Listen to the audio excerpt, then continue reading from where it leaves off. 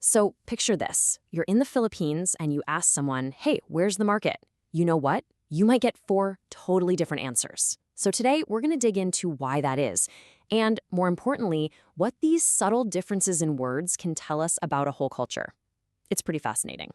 Okay, so let's say you're there, you need to buy something. Could be anything, really. Where do you go?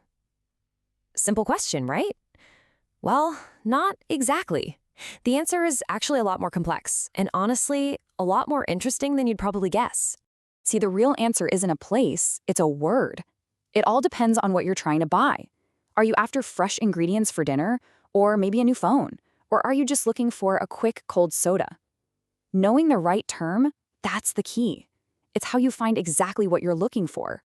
All right, let's start with the biggest concept first. This is the broadest, most all-encompassing term of them all. Pamilihan. Yeah, so think of pamilyan like a giant umbrella. I mean, a huge one. If you can buy or sell something there, boom, it fits under this massive category. It really is the most general, catch-all term you could ever use for a marketplace. And what's so wild about pamilihan is just how big its scope is. It's not just one kind of place. Nope. It could be a sprawling, traditional outdoor market, or it could be a super modern, shiny, air-conditioned shopping mall. Seriously, if people are buying and selling stuff, it's a pamilihan. Okay, so now that we've got the big picture, let's zoom in a little. We're going to move from that really broad concept to something much more specific and, well, a lot more vibrant. The palenque. Now, the palenque, this is probably what you picture when you think of a classic Southeast Asian market. It's that traditional public market. You'll often hear it called a wet market, and that's literally because the floors are always wet from vendors washing fresh produce and from all the ice melting under piles and piles of fresh fish. And let me tell you, a palenque is just an explosion for your senses. It's a totally bustling hub, crammed with vendors, shouting, selling the freshest seafood, meat, fruits, you name it. It's chaotic, it's crowded, it is absolutely pulsating with life.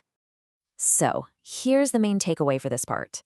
Every single palenque is a pamilihan, but not every pamilihan is a palenque. You see? We've just taken our first step down the ladder, getting a little smaller and a little more specific. Okay, ready to narrow it down even more? Let's say you're not buying a whole week's worth of groceries. You're just looking for something specific, like, I don't know, a new t-shirt or maybe a fresh loaf of bread. Well, for that, you're going to want to find a tindahan. Basically, tindahan is your go-to word for shop or store. It's super common, super versatile, and it covers pretty much any retail spot that isn't one of those huge open-air markets we just talked about. This is where you go for specialized stuff. A tindahan could be a little clothing boutique, an electronics store, or your local bakery. So if you're thinking about size, it's right there in the middle. It's for sure smaller than a palenque, but it's bigger than where we're headed next. And that brings us to our final stop. We've arrived at the smallest, the most local, and you could absolutely argue the most culturally important one of them all, the sari-sari store. I mean it. The sari-sari store is literally the heart of a Filipino neighborhood. A lot of the time, it's just a small window with metal bars at the front of someone's house. It's a real hole-in-the-wall shop that serves the immediate community, and you know what? It often becomes the local social hub, too. These little stores are the absolute lifeblood of neighborhoods because they specialize in something called tingi, which basically means selling things in tiny, affordable amounts.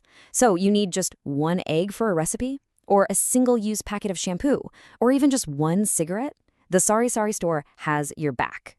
It is the ultimate convenience, especially for people on a tight budget or for anyone who just needs one small thing right this second. All right, wow, we've gone all the way from the massive down to the micro. So let's pull back for a second and see how all four of these stack up next to each other. So here it is, all laid out. You've got pamilyan at the top, that's the big one, any place of commerce. Then you step down to the large palenque, your traditional market for fresh stuff. A little smaller is the tindan, a medium-sized shop for more specific goods. And at the bottom, the smallest of all, the sari-sari store, for those daily necessities in tiny amounts. It's a perfect pyramid, from everything down to just one thing. But wait, there's one more really important thing you need to know. Besides these four Filipino terms, you're going to hear English words all the time. Supermarket, and mall are totally embedded in everyday language there, and people often use them right alongside their Filipino counterparts. So don't be surprised. So we started with what seemed like a really simple question, right? Where do you go to buy things? And look where we ended up, with this incredible glimpse into the culture.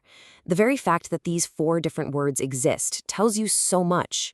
It shows this really rich, layered way of thinking about buying and selling, from the giant mall all the way down to that little family-run window shop. It really makes you wonder, doesn't it? How can a single word reveal so much about an entire way of life?